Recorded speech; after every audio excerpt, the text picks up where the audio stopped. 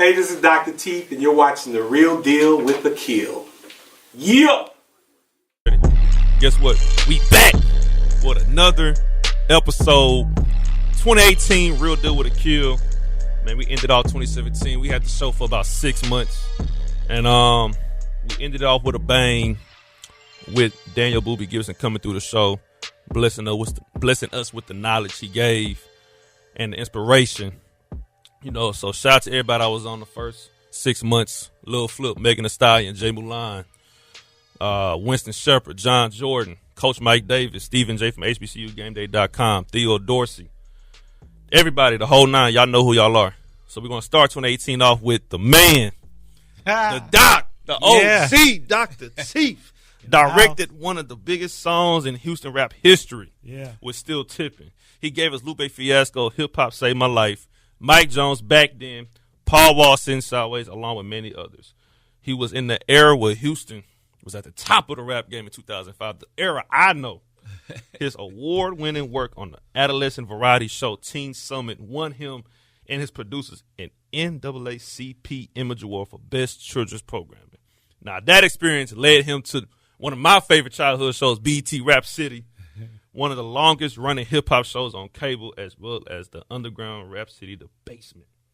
Award-winning music video director Dr.Teeth is in the building. What up, man? Damn, I see you did your You know, I have to give you the intro. You know what's crazy? Because I got to TSU, and that's the school you're teaching at right now, people that don't know. Yeah.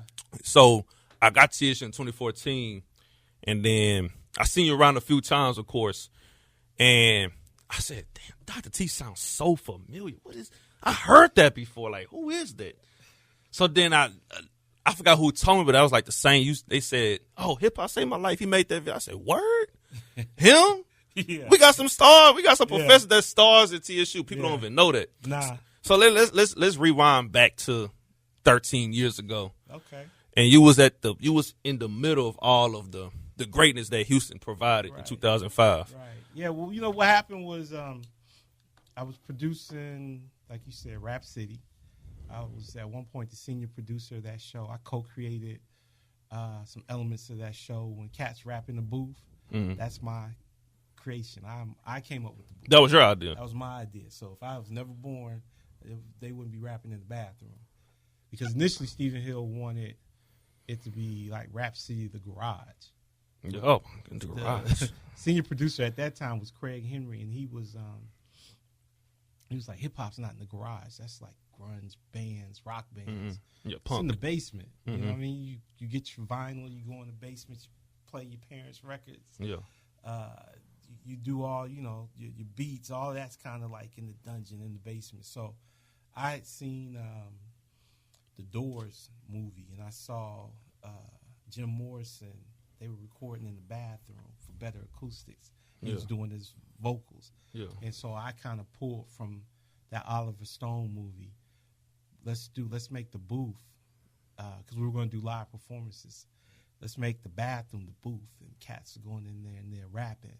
So the crazy thing is that Craig Henry came up with a way to design the basement where the set was a 360 set. So no matter where you turn, there was always something to look at, which made all the artists feel like it was a real and it looked like that on TV too. Yeah, and they were all looking to see Mama Tigger.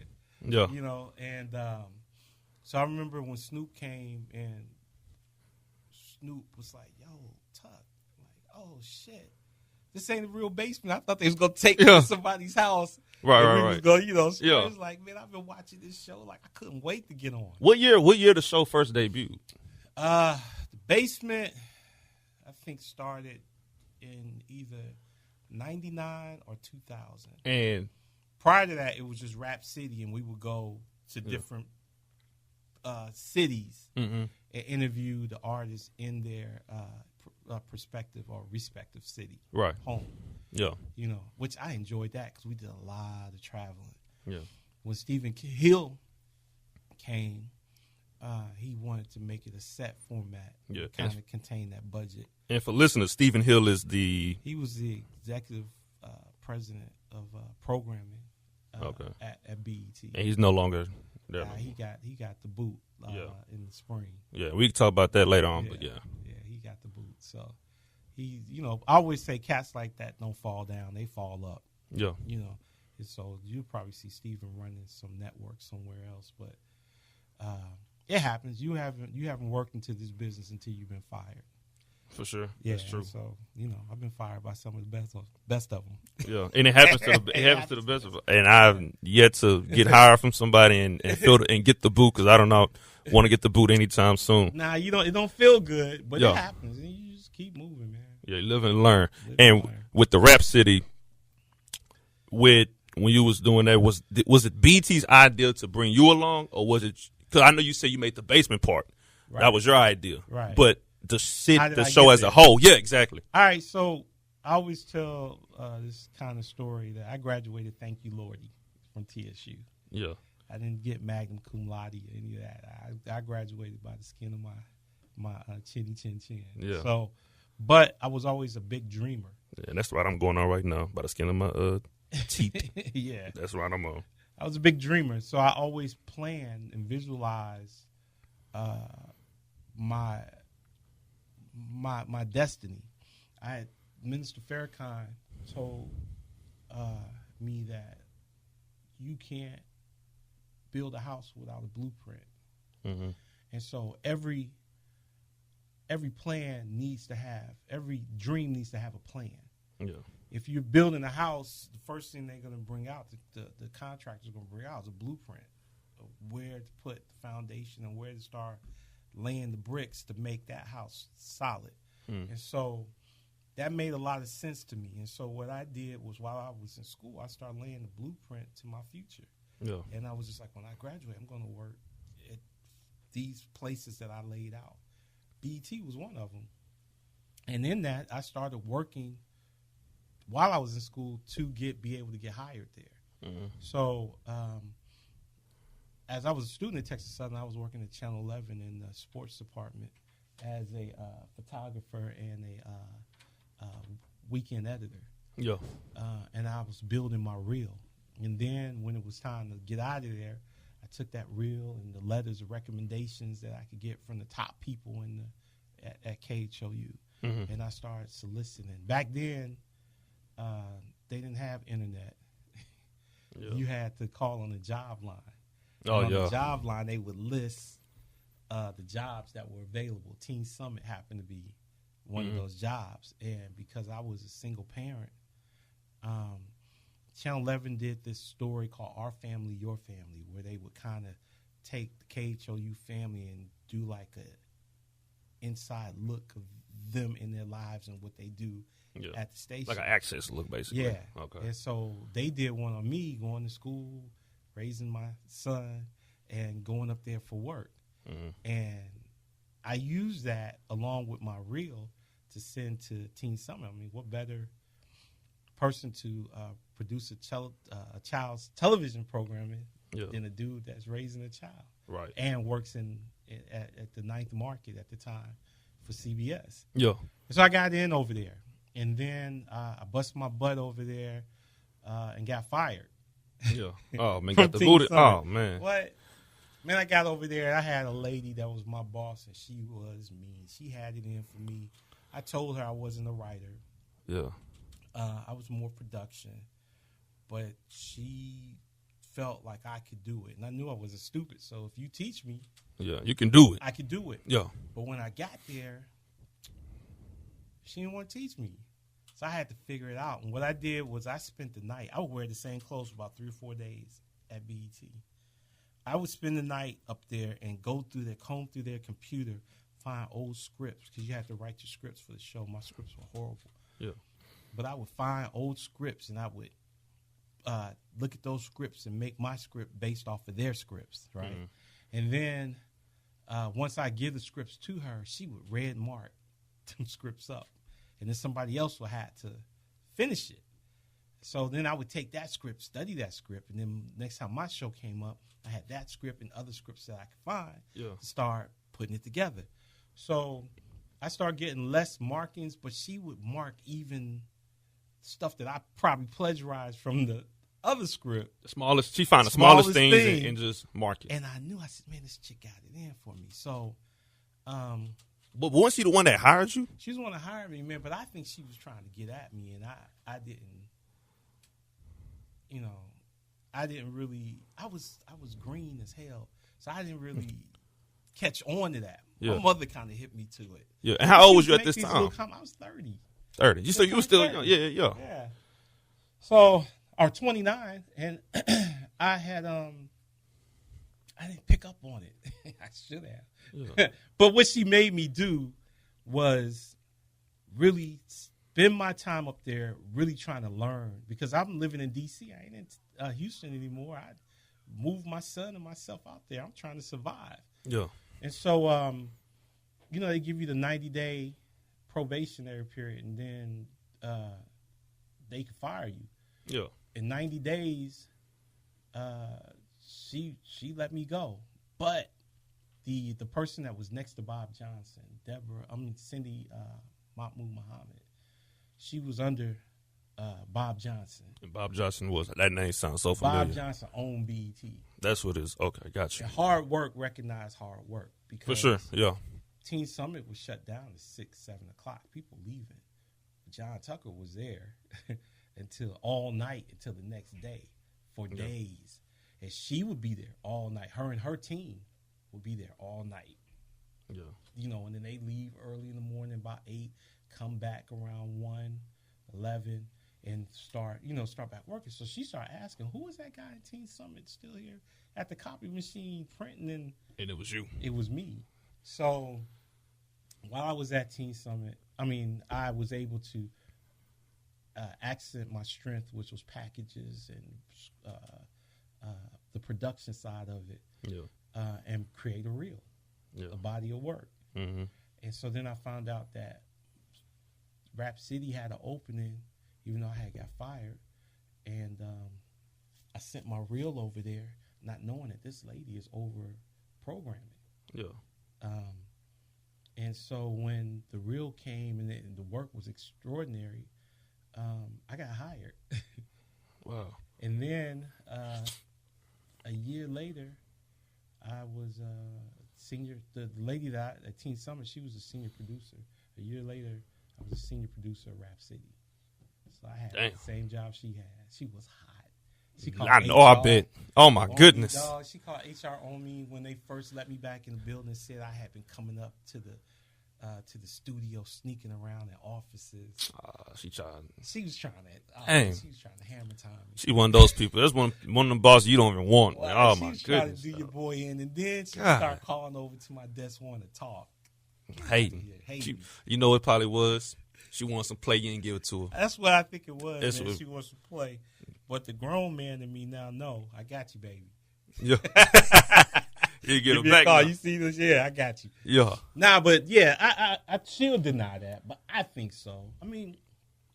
I was a terrible producer, terrible writer. Yeah. But I absolutely had some talent, and if I didn't, I wouldn't have got on at Rap City. Yes. And I thrived there.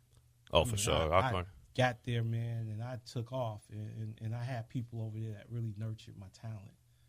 And that's why at TSU, it's the thing that I teach in terms of the things that I really realize is really important is being able to meet deadlines and execute projects to the deadlines. You know? It's something that is a must when you really get into the game. And then we're gonna get to TSU too, because I want to talk about that a little bit later. But going back, you from Cincinnati, right? From Ohio, and how long you was living there before you moved to Houston? Man, I was living in Cincinnati. I didn't come to Houston until after college. Because you went. After high school. So when you was in high school, TSU was the school you went to, right? First, so you stayed there your whole college career. Yeah. Was it like a full scholarship, or was it? I had a scholarship to play basketball at McNeese. Okay. In Louisiana. That's a small fact. I didn't even know you just used to put it on the hardwood. If Cass was like, you play football? Nah, I was skinny as hell, dog. For real? Yeah. What position you played? I was a guard. Really? Yeah. Yeah. Damn, I can't even tell. Yeah, I was a guard, man. I was thinking like a small forward or something. Nah, I was a guard. You know, in high school, you know, you play forward, but I was, you know, you just 6'2". Yeah. You talking about, and I would play some posts, but as a forward, I was a 2 guard. Yeah. In the swing. So playing forward, man, I need to be about 6'4". True. I need 2 more inches. True. You So know. what? So you was playing basketball. When did the love of producing, directing, where did that come from? Where did that come so I got I had playing that, was going to McNeese to play ball. Got to McNeese. I was a horrible student, man. I never been a great student. Same here. Horrible. 1.4 GPA high school. That's me. Yeah. And I got down there. We registered. Joe Dumars was playing for the Pistons. He met me and showed me around. Mm-hmm. The coach got fired. So when we got home from registering, I had a letter saying I wasn't accepted at McNeese. Damn. But I just registered. Exactly. So my mother was like, well, you got an acceptance letter, and you just registered. She said, well, they got to accept you. Mm-hmm. She said, well, what they're probably going to do is put you on probation. And I didn't want to go to college under probation, you know. And I just said, That's just a sorry start. Like, that's a bad start, knowing I'm not a good student, man. It's like somebody holding a gun to you. Yeah. And then telling you to perform, and that's just not. That I wasn't that strong. So Yeah. I had some friends going to TSU that I knew were academically challenged. Mm-hmm. Oh. I said, if they're going to TSU, I can go to TSU. That's how I got TSU too on a little bit of. I was surprised I got it because I had a 2-1. I'm gonna let you finish the story, but I want to say this on the side. I had like a little 2-1 before I transferred to TSU. Yeah, and they accepted me. I said, "Damn, yeah, thank the Lord I got it." I was like, "Okay," Exactly. but I ain't trying to stay ACC. Well, they had an open door policy, man. You didn't have to take the SAT or the ACT. You just register and get in. Yeah, and I sucked at that too. I sucked at same thing. So I was gonna have to sit out my freshman year anyway. Yeah. But my boys went to TSU, and that's how I got to TSU. While we were there, I was a music major. Another thing you didn't know. He was a music major. And we had a recording contract. We had a recording contract on the table with Motown. We were a singer group. What's the name of the group? Shades of Black. And you remember the group, The Boys? I remember Boys to Men. No, it's a group called The Boys. They had a song called Down My Heart. They were on The Face. Well, they were on Motown. Yeah. But Babyface and L.A. Reid produced their tracks. Okay. Hakeem from The Boys was producing our demo. Yeah. And so, So you was singing? I didn't know that. And so we was in the music building at TSU. We was producing our own music. Then you didn't have all the technology you could do now. Yeah. Then you had to go to the studio and buy a reel, big ass reel they would put on the deck, because that tapes wasn't out then. Yeah. And you had to record. I think we recorded on a 24-track studio, and we produced our music to get to the point to get to Hakeem. Anyway, I had a deal on the table, single deal on the table with Gerald Busby. Had got to Motown, and our group imploded. Damn. We couldn't act right, and I had my son, and I was just like, the whole process of doing the music, I kind of changed to. I was like, well, maybe I should get into business, because then I can kind of manage what we're doing. And then I'm horrible with math, and then I was like, well, maybe I should try this, get the cameras and communications, so I could kind of shoot our demo. Like, back then, you couldn't afford that stuff. Yeah, because you was a college student. Financial student, aid probably really wasn't they that much. didn't make camcorders or video cameras on your phone. Nobody had phones. Yeah. And you didn't walk around with cameras. But TSU had that equipment. Yeah. So I started shooting our shows. And one of my close friends had a camcorder where you put your VHS tape in. Yeah. And you would always see me, no matter where I was, walking around with this big-ass camera. Yeah. Because I would just shoot anything and then go back and edit it up. So I kind of got that bug. Yeah. And so when the group fell apart, I said, well, I got to do something. And I said, well, let me try this college thing, because I actually wasn't going. Yeah. I was just withdrawing. And so, and we were really committed to what we were doing. Like I said, we would take our refund check and pay for studio time. Yeah. And so when it fell through, I got into the television thing and communication. Yeah. And so, and the setup the way it is now is not even the same for the way it was when you was in. No, it's not the same, man. They had VHS, reel-to-reel, tape-to-tape, editing bay. They only had 2. Yeah. There was 1 million students in the department, but there was a lot of dedicated people. Yeah. Dr. Dixon, which is funny as hell. Tyrone Dixon. I just found out he was part of Roll Bounce. Yeah. I just found this out yesterday. He was kind of like our leader because Tyrone was getting his bachelor. He was a student too, and he would kind of tell us about AFI and all these other places in California to go get your master's. I never thought I could get a master's because I never thought I was going to get out of TSU. Yeah. I was just there trying to find something to do. And so then Tyrone left and he moved to California. He went to AFI, and then some other students left and they started doing stuff. And that's when it hit me that I could actually graduate. Like I could actually do this if you commit yourself. And so that's what I did. I had Dr. Pude, who's the class you about to take. Yeah. I flunked videography twice. Damn. Because I didn't show up. The best video director flunked the video? I flunked videography and editing because all I wanted was a camera. I'd take the camera and go do my thing. Yeah. And I didn't care. Like I said, I never thought I was going to graduate. Yeah. Then Dr. Pude took a personal interest in me because the stuff when I did do it was like really nice. And I was just a edit junkie, man. I would just hang out in the lab and just do stuff. Yeah. So he teach you. Now he's going to teach me a couple of decades later. God damn, how old is he? Jesus Christ. God damn, Zen Master. God damn, Yoda. They taught Dr. Ulassi. No shit. Yeah. Oh, my God. Yeah. Damn, Yoda from Star Wars, God dog. And Dr. Lou Brown, which you guys don't see him, he started nurturing me on the academic side.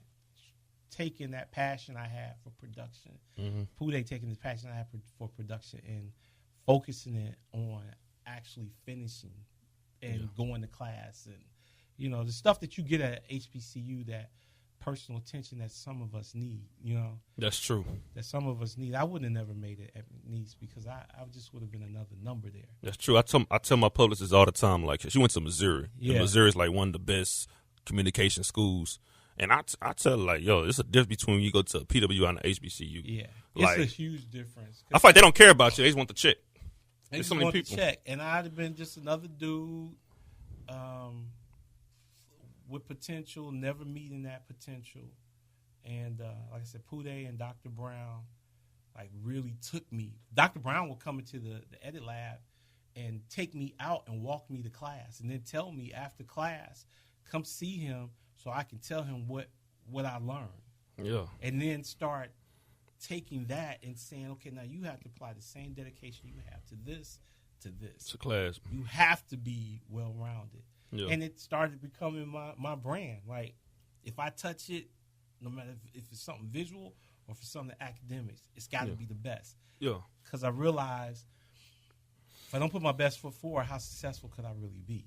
Yeah. And that became my mantra, man. So when I got to BET and the chick fired me, I was still fighting and trying because I was doing my best. I was spending the night. I would never do that if I had never got that from Pude and Dr. Brown. Right. I was like, I'm going home. I don't know it. Whatever. Yeah, so Pude played a big part he played a huge part in who I am, man. Yeah. Huge part.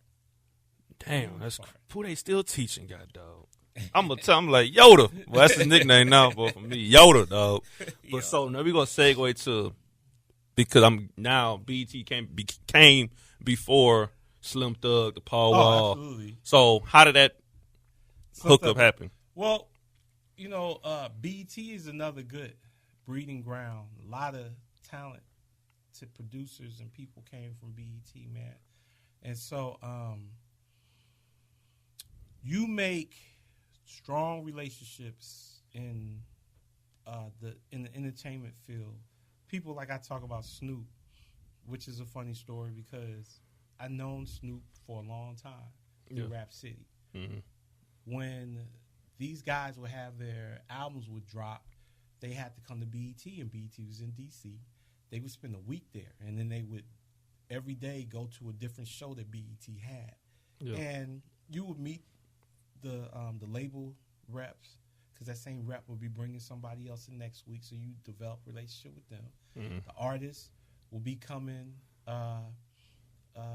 2 months later, because this guy didn't promote his second single, and they spending a week there. So we're all eating together in the cafeteria. We're all hanging out. Yeah.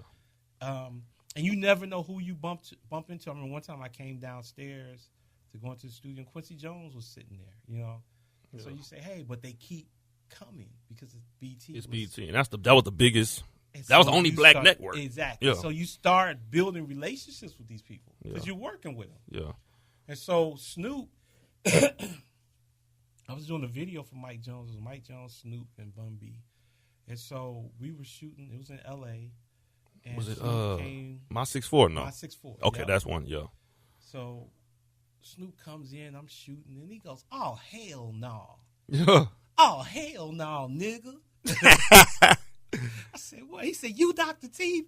You Dr.Teeth?" Yeah. It freaked him out. He was like, "Nigga." I kept thinking, who the fuck is Dr.Teeth? I'm thinking some nigga with gold grill and an eyebrow. I was going to ask you that too. Where did that come from? Because of my smile. Okay. I got it from basketball. Okay, gotcha. I'm dating myself, but in practice in high school, I did a Dr. J move. I did the roll and dunked on. Oh, yeah. And so everybody in class, in practice was like, ooh, Dr. J. And I'm running down the court smiling. Yeah. And this one white kid yelled out, "No, Dr.Teeth." And everybody started laughing because I was always smiling. Yeah. So when I got to BT, I wanted to use something that would make me stand out in front of other people. So I started adding John Dr.Teeth Tucker in the credits, because people would be like, what the hell is Dr.Teeth? So the first day that those credits aired on Rap City, the associate producer, Greg Trent, came out, and he was like, what the fuck is Dr.Teeth? I was like, aha. Aha. You know, so it's just a bunch of names, but if one stood out, I was using that as leverage to because John Tucker's name, that's a very common name. I did research on you, and it had an article on Chronicle, and it had John Tucker highlighted. Yeah. So they had two articles. It was yours in 2005, and it was like Surgeon John Tucker came out of surgery. Some army guy. I'm like, oh, okay, yeah. John Tucker's very. It's a common name, man. It's my slave name. So from the Tucker plantation. Yeah. So basically, in 2005, just talk about that era. Houston had.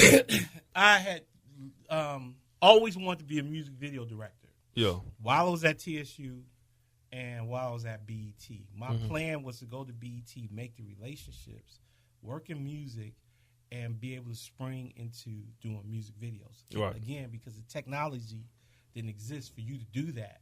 Right. Caliber work on your own. We shot on film. Yeah. And it took a lot of money. For me to do it on a lower level, you needed $30,000 for me to shoot your video. Shit. Still tipping was $30,000. And so I had to then build a reel. And what better place to build a reel, because major record labels are not taking chances on you, and you had to be picked up by a production company. Yeah. So I had to build a reel. And so what I did while I was at Rap City, I showed love to the local artists and to put them on Rap City.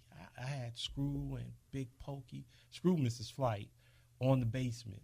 We came back here and we did an underground Houston show and put everybody, Bun hosted it, and made relationships with the artists here, not knowing that when I left BET, those same relationships would be my door into directing music videos. Those would be the first guys I would have access to. Mm-hmm. Rap A Lot, I had a great relationship with them, and I got to direct the Devin the Dude videos. And what happened is D-Rec gave me Man, was my first video while I was at BET. Big Mo, ESG. Big Mo, and ESG, Pokey, and Pokey. And so it was okay, but it was great for that time. Mm-hmm. But it wasn't my best because it was my first. Yeah. I mean, to say Man was your first video was pretty damn, awesome. Yeah, and we were trying to get Little X, get them to hire Little X, and D-Rex said, I'm going to hire you. I was like, oh, wow. I was honored, Yeah. Because I'd never done a video. So then I took that video to get another one. And I had to go to some of the Dope Boy record labels because they had the money, take their artists, make their artists look good. And then I would take those videos and take it back to major labels and get them to pick me up. So at this point, I did a video called Hooker Hooker, Mike Jones song. Ooh, hooker. Yeah. Ooh, hold on. That was you? That was me. God, this Chronicle article gave me like 3 songs. Yeah. I ain't know who you was 12, 13 years ago. I heard the name, but damn, Chronicle, shit, who wrote this 2005? They gave me Don't Trip, They Don't Know, Mike Jones. Nah, man, I'm like, God damn, I done Ludacris, Rick Ross. Hey, come on, man. Whoever wrote this article 13 years ago. I mean, it's, you know what I'm Yeah. saying? Come on, man. Yeah. They ain't give me nothing. Well, that was the article that they wrote when I got nominated for the MTV Award. Yeah, it's in Miami. Yeah. Yeah, I seen that. Yeah. But Mike Jones saw Hooker Hooker and a Hooker and wanted me to do a video for him. Yeah. So I had to get with Swisher House, and I told him the cost. And G Dash was like, nah, I ain't paying that. And I was like, cool, don't. You know what I mean? Like, What was the price? it was $30,000. $30,000, yeah. And that was a real number because all the things that you have to buy the film and the equipment and the lights and hire a crew. Just film wasn't something you just run out there and just shoot it like you shoot now with these DSLRs, or these 4K cameras. And so Wally at Clout went back to G Dash and was like, y'all need to really sit down and talk. Went back to me. And I was like, I don't care about Swisher House. So what? And so he was like, I don't care about no Dr.Teeth. So he was like, nah, y'all need each other because he saw the bigger picture. Yeah. And so we went back up to Clout's office. We sat down, and I told him. And Dad said, okay, I'm going to hire you. We're going to do it. But if you mess up the video, I'll never hire you again. And I'll tell everybody not to use you. Which I didn't care. I was like, cool. Because I knew I wasn't going to mess it up. I took it. And this is the very story serious. leading up to Still Tipping. This is the story leading up to Okay. Still Tipping. So what I did from my experience from BET, Dash gave me 2 records to pick. Still Tipping and another record called Throw.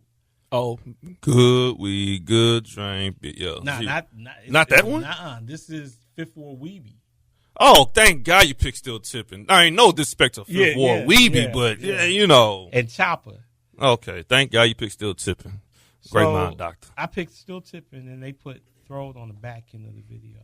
And so from my experience at BET and understanding marketing and all of that, I said, listen, we could do a video and push it for BET, but I don't think BET cares. They push it major. You're going up against Def Jam artists. True. So they don't really care about what we got in this region.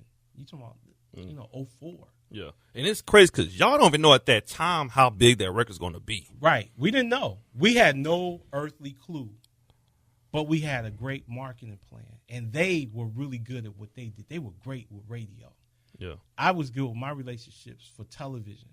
And so I said, let's do this. Let's stay true to your base.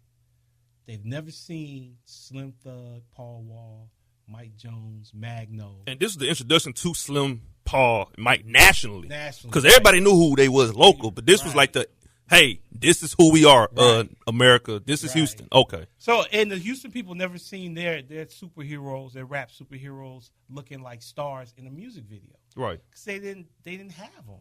You know what I mean? You only got a music video if you got a major deal. These dudes never had a major deal. True. And so, Slim, I don't think never had a video.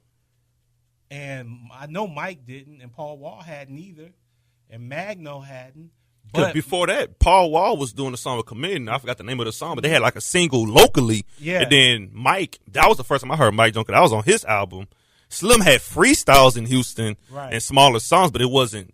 This was Slim at the time. Slim was like the lyricist and the hot name because he had a bunch of records. He had a joint with ESG that they did. Then he had, when he was on Swisher House, he had a lot of successful records, mixtapes with Swisher House. Mm-hmm. He had a big, well-respected buzz. Yeah, over everybody else, yeah. Over everybody else. If you was to ask me who I thought was going to be that dude, Slim. I'd have said Slim. I'd have never said Mike. No diss to Mike.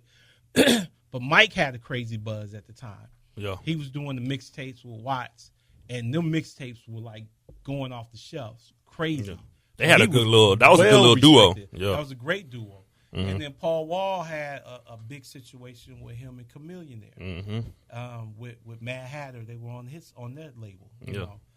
And so it was a great package of hot local talent, right? We're talking about a national playing field going to BET.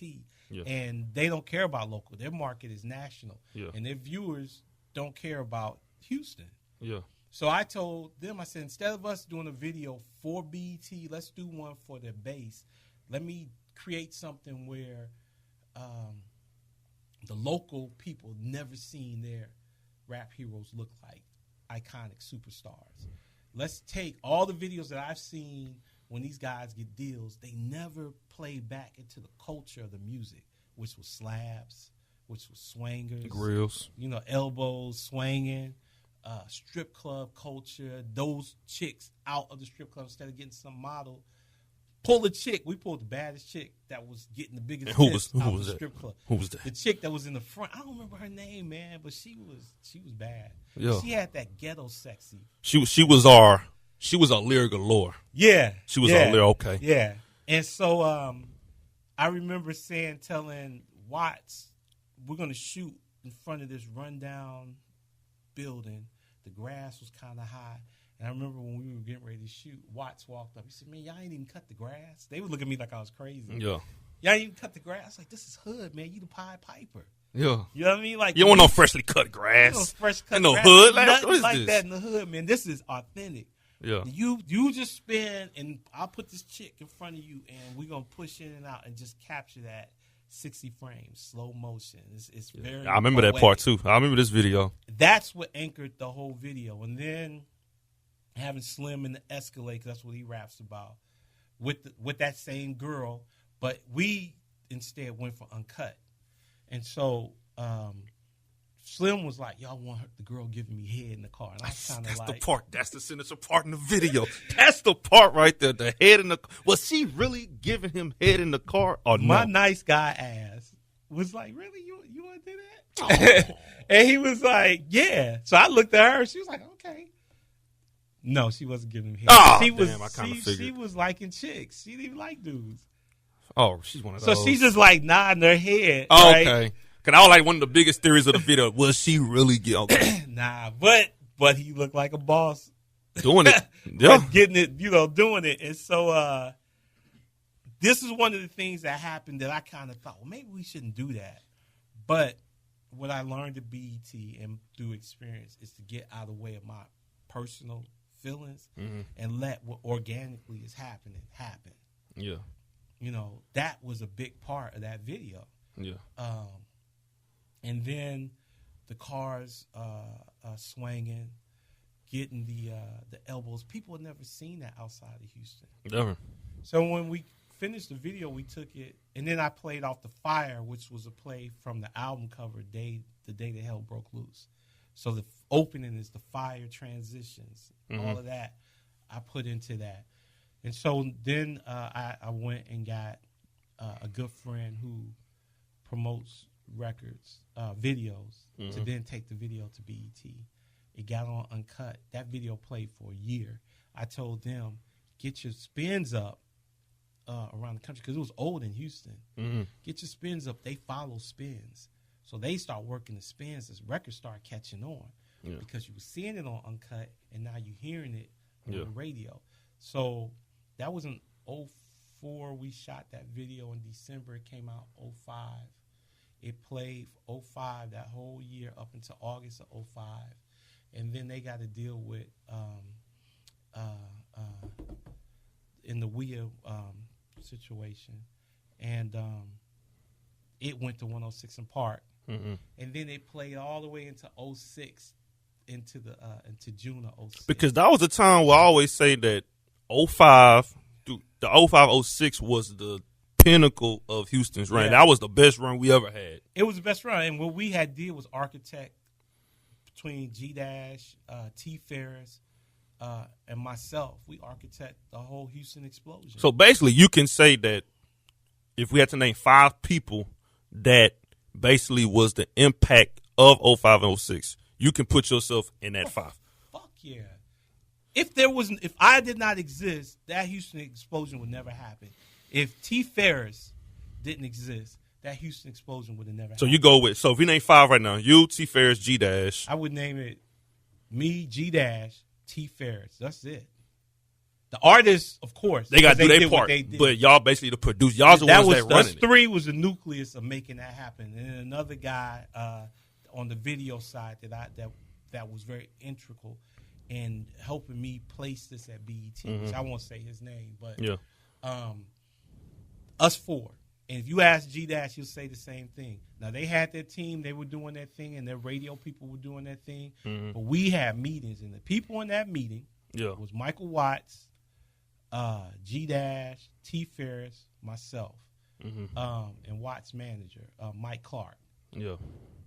But every meeting of execution of ideas, in my opinion, came from me, T. Ferris, and G-Dash. And Still Tipping was the start of, you got the back dens, you got, All because of that, 05 was weird because I'm in 7th grade, and all of a sudden, nationally, Wayne Carter 2 come out. But Yeah. then locally, Come In There, Sign of Revenge, Already Platinum Slim Thug, back then Mike Jones, Yeah. Bun B Trill. Yeah. Houston, to me, I like first, Come In There to me had the best rap album in Houston, in my opinion. But he had the Scott Storch Yeah. song. So if you really think about it, Houston had probably 4 out of those people. They was like top 10 albums of that old thing on 05, Houston 06. was on fire because what we didn't know was Chamillionaire was working his situation. He wasn't a part of what we were doing. I forgot about Paul Wall album too. Yeah. Paul Wall had re-signed to Swisher House. Mike was. I don't even think Mike's album was even done. You had Kiki. He came out with a mixtape, I think. But Kiki wasn't a part of that movement. He missed the movement. Yeah. He missed the movement. Only part that Kiki played was on the Paul Wall song. They don't know. They don't know what them slabs. They don't know. He was on the hook. He didn't have a record. Pokey didn't have a record. Flip had a deal. He was the only national artist at that time. Yeah, Game Over, because he had that beef with T.I. Yeah, remember? So we only had Flip. Slim had silently signed a deal with Pharrell. We didn't know. I mean, we didn't know, and he wasn't a part of our plans. Yeah, but when the explosion started to happen, Chamillionaire was lined up for success. Slim Thug was lined up for success because they had these big records coming. Yep. And Swisher House was lined up for a label deal, which first artist out the gate they was taking was Mike Jones. Yeah. Still Tipping was not Mike Jones' record. It was a compilation album for us. And it's weird because Swisher House. Out of Paul Wall, Slim, and Mike, it's only on Mike's album. Right. Why it wasn't on Paul or Slim? Because it felt like, because you listen to that song, I won't cut you off. Yeah. You listen to that song, it doesn't feel like a Mike Jones song. It just feel like a Houston anthem with those 3 on it. Yeah. That's how I take it in my ear. And that's what it was, because it was a compilation from the day the hell broke loose, I think, 2. Yeah. G-Dash told me, I think at one point they were going to put it on everybody's record. I don't think they got that negotiated right the way that everybody could use it, or they didn't want to. I don't remember because that was so long ago. Yeah. But what I do remember is that, there was another version of Still Tipping that I heard 50 Rap was A on Lot one. did. Rap A Lot did a version that had Chamillionaire on it. I think Slim was on it. Slim, Chamillionaire, and it wasn't Mike Jones. Because was it a remix to it? Because I heard one, like, a little mix. The Still Tipping that you heard is the remix. Yeah, with 50 on it. No, the Still Tipping you heard, because everybody went and did. Oh, okay. The beat was so dope. He did the beat. The beat was so dope that, cats, Lil Wayne got a version, but I think the original Still Tipping record was on Rap A Lot. Yeah. And it was a mixtape that Watts was doing with another DJ. Watts took his art. Mike was on that record. Watts took his artist, took Millionaire off and added Paul Wall. It also created a beef because during that time, Millionaire was beefing with Paul Wall and he was beefing with Mike Jones. Then Mike Jones started, when we all got successful. I got successful, Slim, all of us got successful. We were meeting up in New York at Beyonce's Check on It video for Pink Panther. Yeah. We all at the video. Bun and Mike is on, Bun and Slim is on that record. Bun had a record coming out. He got to benefit from that. Yeah. You know. And it just put a big look on Houston in that explosion, but then it also put an ugly dot on us because behind the scenes, man, it was a lot of beefing going on. It was. That's why Pimp C came with that song, Knocking Doors Down. Came out of Exactly. jail. It's basically like he came out. I was like, man, what the hell is going on? Everybody beefing. He made that song. We all getting this money, and I'm telling you, man, that thing made us all very successful. So let's say, wait at that. Do you think that was the downfall of Houston? That the beef, because it looked like it trickled down to now in 2018, where I was gonna get to is that we never had a run in Houston since that time, since 05. Well, here's my thought. See, I think I got a great view, a great seat of the whole thing because I'm not from here. Yeah. And when people think I like screwed and chopped music, and I don't, you know. But I'm an artist, and I tap into the music and spiritually connect to it. So all I did was still tipping was apply to that visual what the culture was. Yeah. And that's what people gravitated to. They never seen elbows and cars swinging. That was something new. But now that you've seen it, in my opinion, when it came time and people were still looking when it came time for the second albums, everybody did the same thing. And the artists were asking me for the same videos, you know. And they want to swing, and it was just like, man, we done hung out in Miami. Yeah. We done hung out in New York. They want to stick to Houston. But they still want to stick to that. The same culture. The same culture, which is cool. Yeah. But I didn't feel as though, which part I thought that was not cool was I didn't feel like you elevated. We all had all these different experiences in a year that I don't see the growth in the second project. And I was going to say that because when you look at these people's albums, Chameleon, Slim, Paul, everybody, it felt like they didn't rebound on a second album. Right. I mean, you're supposed to take that another level up. If you're in now, before you was riding in slabs, and now you ain't thinking like, I look at Slim. When I first met Slim, he was riding in slabs. Slim always had money, always had a crib, always was about his money, right? Yeah. As we started being more successful, I would go to Slim. Slim went from the house he had on the north side to this big-ass house off of 290 with a Rolls. Yeah. So if you driving in a Rolls Royce and living in this huge, I call it mansion, but a bigger house. Yeah. Talk about that experience. Talk about that. Let us feel that evolution. Let us grow with you, as opposed to still talking about what you talked about the year before. Yeah. And I felt everybody did that. Now, this is my personal opinion because I don't produce their records. Right. But what was frustrating for me because I was trying to evolve visually with them, and they didn't want that. You know, they didn't want it. I could show you some videos that we did that never came out. Even with G Dash, I was trying to do things and he didn't want it. So they went to the dude that cloned my style of what I used to do, you know? Yeah. And so it just separated, man. All the things that spiritually connected us, that made us grow, were the things I felt that divided us and stunted the growth. Yeah. You know, now, that's my opinion. Yeah. You know, I think it's pretty accurate, but they would probably say something different. Yeah, because I just look at it now, me being born and raised, obviously you older and you was actually in the mix. Yeah. You was a huge impact in that era. I just look at it as far as like, I think Deaths took a part. You know, you look at Mo, Pimp C, everybody else that passed away. Then I look at the beef. Everybody was having beef. Oh, man, the beef. I'm going to tell a story. I never told this story before. I'm going to tell it because I don't care. I'm old. Keep it real. It's the real deal, baby. Yeah. We went to the MTV Awards In Miami, Puffy came in on the big old yacht. Oh my God! Opened up the show. I think they had the pink carpet. We are national talents now. Yeah, we're backstage with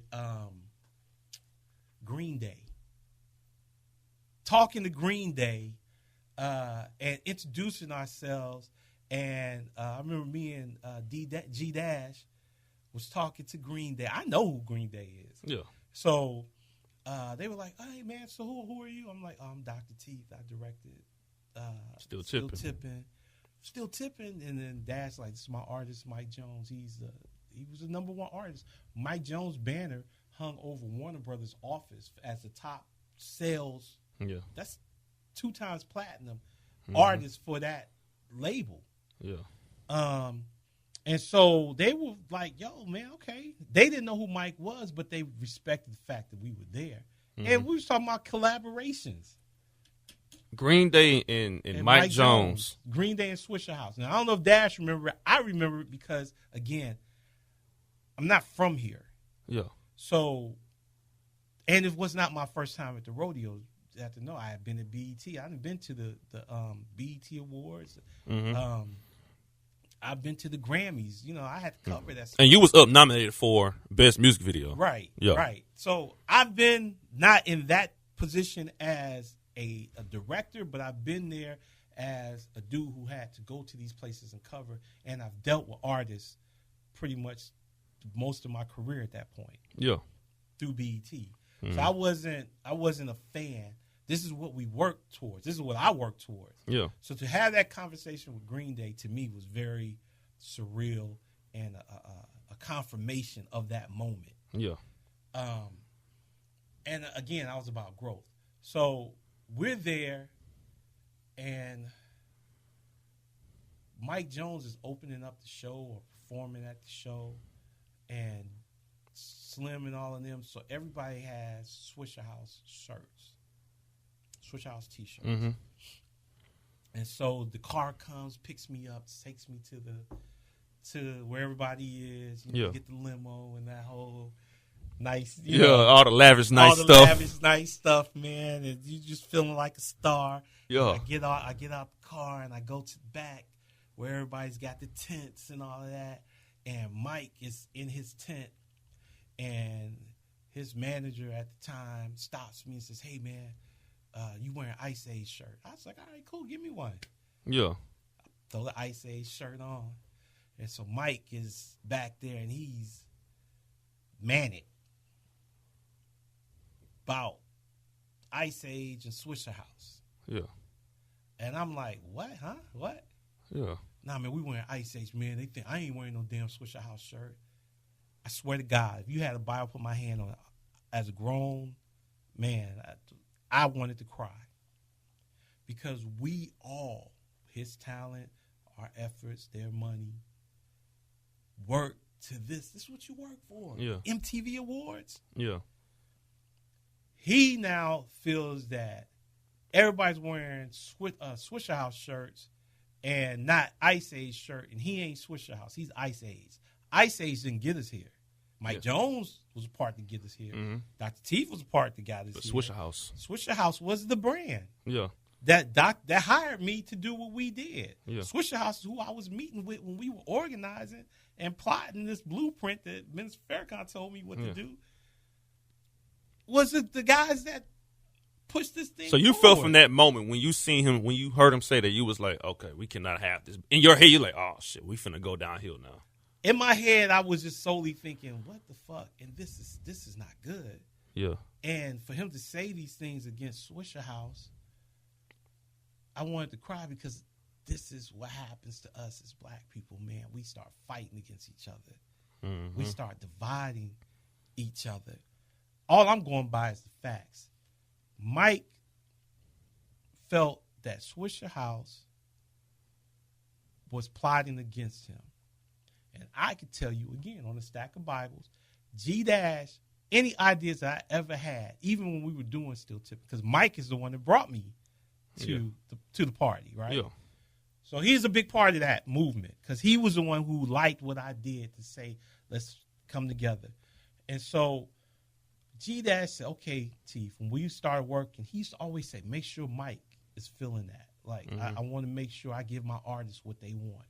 He has never told me, ever, oh, man, fuck them. This is what we doing. I've had labels say, fuck them. I want this. Yeah. And pull wedges in between me and artists. Swish House major labels. Yeah. Mm-hmm. Not no local Swish House shit. And then they not local because they got to deal with Asylum and Warner Brothers and Atlantic. Yeah. But I've had major artists that $1 million cribs and doing crib shows where the label has told me, fuck them. This is what we're doing. Yeah. Right?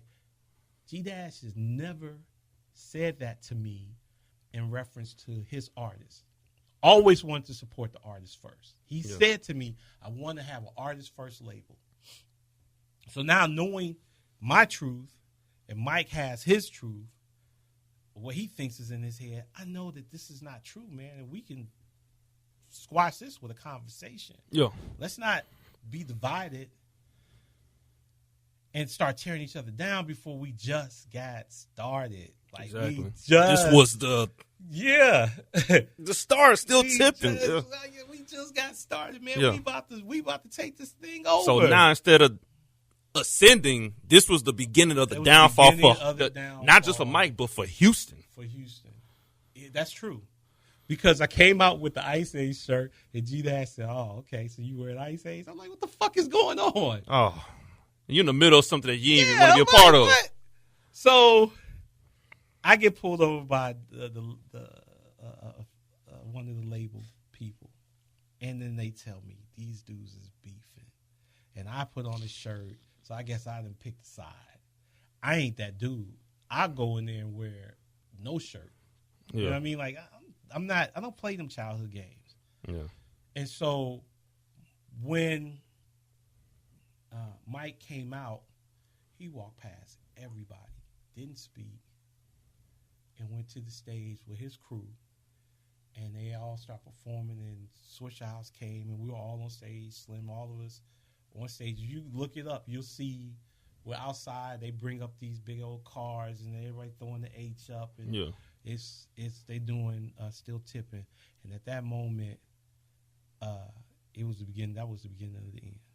Damn. So you think if that never happened, that small incident, can you imagine? Well, it was brewing before, because again, we got successful. I had just finished doing the Trina Lil Wayne video in Miami. Slim is doing shit with Tip, and everybody's all over the place. Yeah. So we meet up in little award ceremonies and shit, and we kind of come back together, right? Yeah. But we're a million miles from where we started. A million miles. Everybody got money. Yeah. You know what I mean? Everybody's got experiences. Everybody is bosses. Yeah.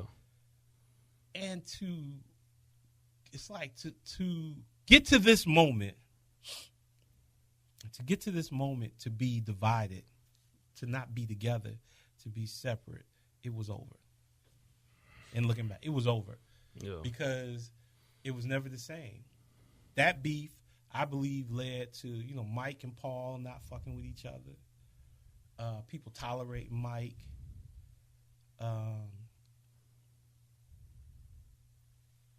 And the energy changing. Mm-hmm. You know what I mean? Just the energy change, man.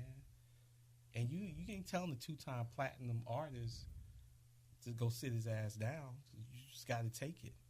So you could, and so with Mike Jones feeling that way, that led to other small beefs as well, and then it just like boom, Houston imploded. Houston had never been the same ever since. Do you think? I'm gonna ask you this 2 questions before we get out. I'm gonna ask you this: can you see Houston getting back to where it was in 2005? If so, what would it take?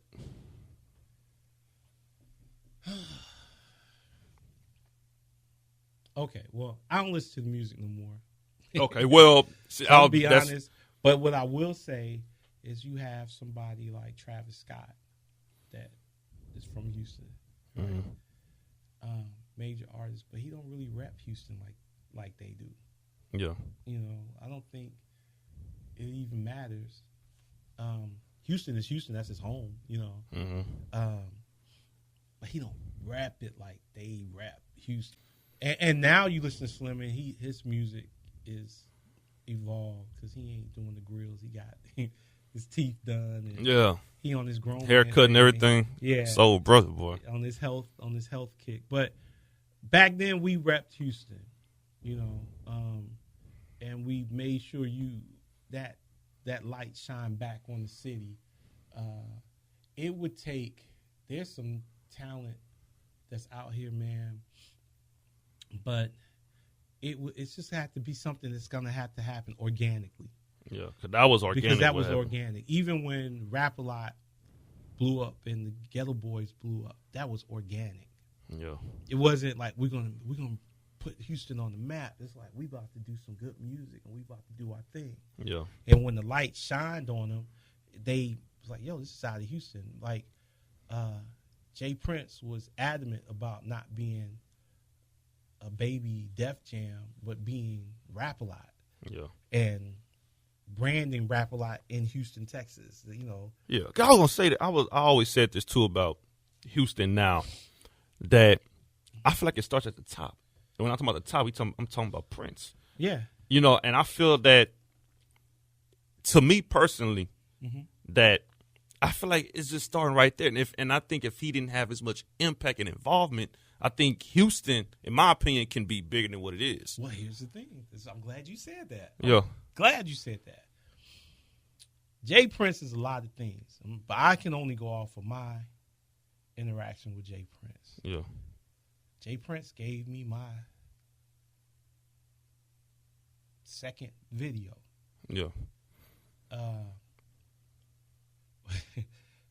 2 videos with Devin the Dude, right? Mm-hmm. Nothing but supportive. Jay Prince would have 3 a.m.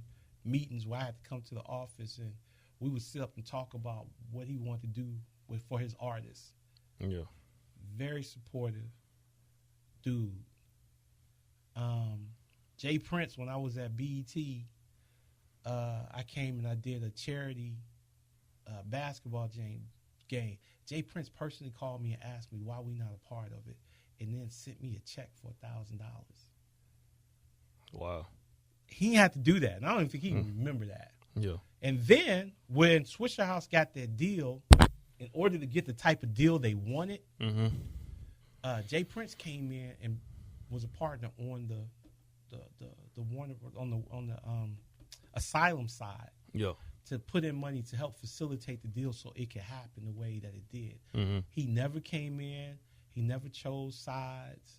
He never bullied Mike or bullied Swisher House or took over. Yeah. The perception is like this bully that he is. Right. He's really, right. In your experience, not even. In my experience, he's always been an asset to the community. And, you know, in any business, I've had guys tell me, well, he called us in and wanted us to work with him, and we declined, and that was it. He was like, okay, respectfully, respect it. Yeah. He didn't go at you, he didn't send no goons to you. So it's the theory of sending goons and stuff. Yeah. Yeah. And, you know, I'm really good friends with Bun and these guys, and Bun has never told me that he had a bad experience with Rap-A-Lot.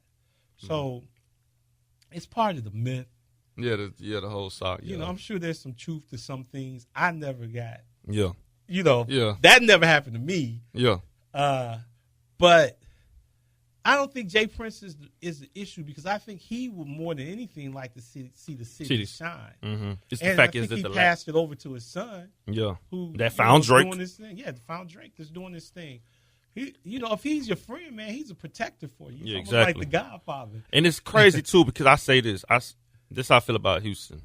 We almost had a run in 2015. You say you don't listen to music. Heard of a guy named Sauce Walker? Yeah. Remember that song he had? The hit. Forgot the name of the song. What is it? Too Legit to Quit It. Yeah. He had that. Yeah. He almost had the remix with Drake. Yeah. But he spoke out on Drake, and that's what killed it. My opinion is that if he would have let Drake get on that remix, it never spoke. It took him out. Again, organically, it has to happen. We deserve more than just one album. We did it big. Yeah. But just one run, we should have came back. It should have been a movement. Mm-hmm.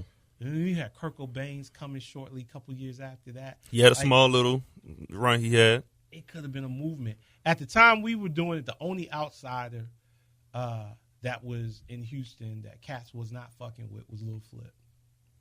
He was the only one. He was beefing with everybody. I mean, he was beefing with Slim, you know. And so Flip at that time, again, my opinion, he was separatist. But I feel like he probably felt that way because you guys are too young to remember, but they were saying that he wasn't really a part. A lot of cats were saying he wasn't really a part of the Screwed Up Clique. Like, oh, man. That he really wasn't. You know, when you think of that, you think of Hawk and you think of Kiki and Fat Pat and Mo and Pokey. And you even had dude. He was on June 27 freestyle. Youngster. You know, but you don't think of Flip. Those dudes, those guys back then didn't really. Yeah, those are the OGs. Those are the originals. Right. Flip was a young cat that came in right before Screw died. Mm-hmm. But Screw fucked with him. And so I think he carried that animosity his career. Mm. And so he had beefs, man. He had beefs with dudes, man. And it's just not healthy for the Houston music community for us to fight against each other, because what happens is when I help you, that just made my network stronger. It just made our network stronger. Mm-hmm. If I need a hit and you hot and I got talent, I can always get you on my record and we can make a hit together. Yeah. You know, it's what Atlanta does. And I'm not saying that they don't have beefs with each other, but you can't even tell. Like they got like a 20-year run. They never stopped. They was in the crunk era. You had Outkast before that. Now you have 21s and the Futures. It's like their run never stopped. They like the damn Green Bay Packers. They always relevant. And see, my relationship with Future, man, is cool as fuck because Rico Wade, who was one of the head cats of Organized Noise, Organized Noise put together Outkast and Goody Mob. Mm-hmm. They were the initial run for Face Record. Yeah. And Orlando McGee linked me with Rico, and Future was a fan of the stuff that I had done, throughout the whole Houston thing. So I wound up working with Future. And these guys, now you got first generation of music through Rico, who's doing those Outkast and Goody Mob hits. Yeah. Years later, now executive producing his cousin Future. Mm-hmm. You know what I mean? Like, these guys still fuck with each other. Yeah. And you could easily say, oh, man, I ain't fucking with Organized Noise. That's old. Mm-hmm. That's how we do each other. Yeah. That don't mean Rico ain't got fucking ears. Yeah. Obviously he do, because he put this whole Future situation together. Mm-hmm. He orchestrated that with Mike Will, So we disregard cats, man, and we really hurting ourselves because that's years of experience. Yeah. I had a student in the class last semester say, what have you done? And I just laughed. I said, nothing. So she was trying. She was shooting the shot. Yeah. But you don't know. You never know who you know until you just have a conversation or something. I'm here not because I fell off. I'm here because I felt, because of Dr. Pude and Dr. Ulassi and Dr. Lou Brown, that I need to give a group of people what they gave me. I found myself. Mm-hmm. You know what I mean? I was able to change lives in my family through the money I was making. Yeah. And I felt a strong sense of responsibility to give them an inside look of what was given to me, right? Yeah.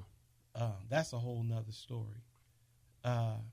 But, every year I produce the BET Awards. Last year I was a creative director for the top 10 countdown for the BET Experience. Yeah. I took students with me as I produced that show and created that show and produced it and executed, for air.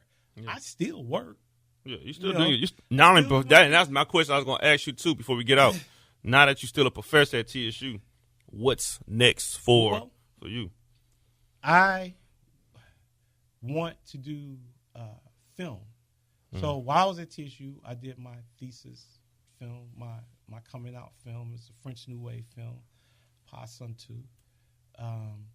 It's really dope. It's getting entered in film festivals. I think we're entering the American Black Film Festival. We enter Cannes.